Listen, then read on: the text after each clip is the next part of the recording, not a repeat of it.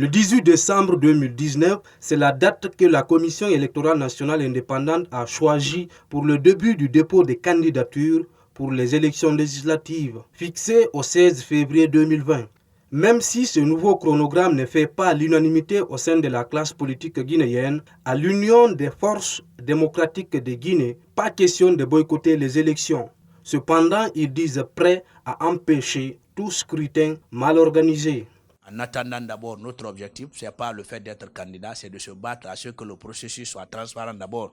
Là, tu es rassuré d'être élu, mais si vous n'êtes pas sûr que le processus soit là, donc il faut se battre parce que la mouvance pense que nous allons boycotter les élections. C'est leur objectif. Donc, nous voulons effectivement que les élections soient transparentes. C'est que si les conditions ne seront pas réunies, il n'y aura pas d'élection. Nous allons contester même le jour des élections.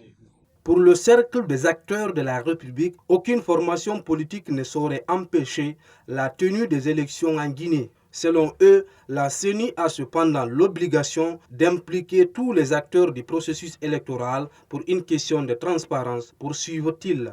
Ils ne pourront pas saboter, parce qu'ils ont saboté ici les élections par le passé. Ils ont volé les élections pour le général Lansana Conté.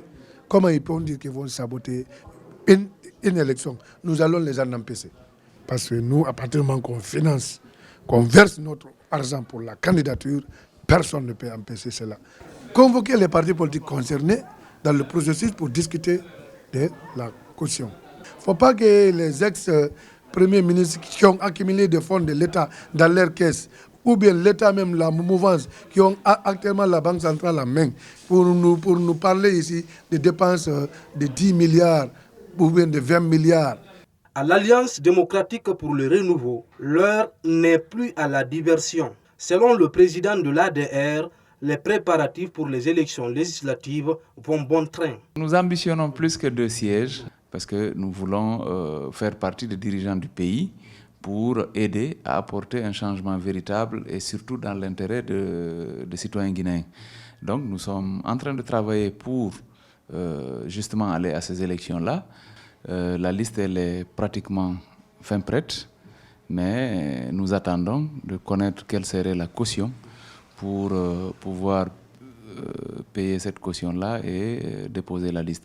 La CENI compte convoquer tous les partis politiques en lice pour échanger autour du plafonnement du quota des candidatures pour les élections législatives. En 2013, le quota des candidatures pour l'uninominal était fixé à 20 millions de francs guinéens contre 80 millions pour la liste nationale.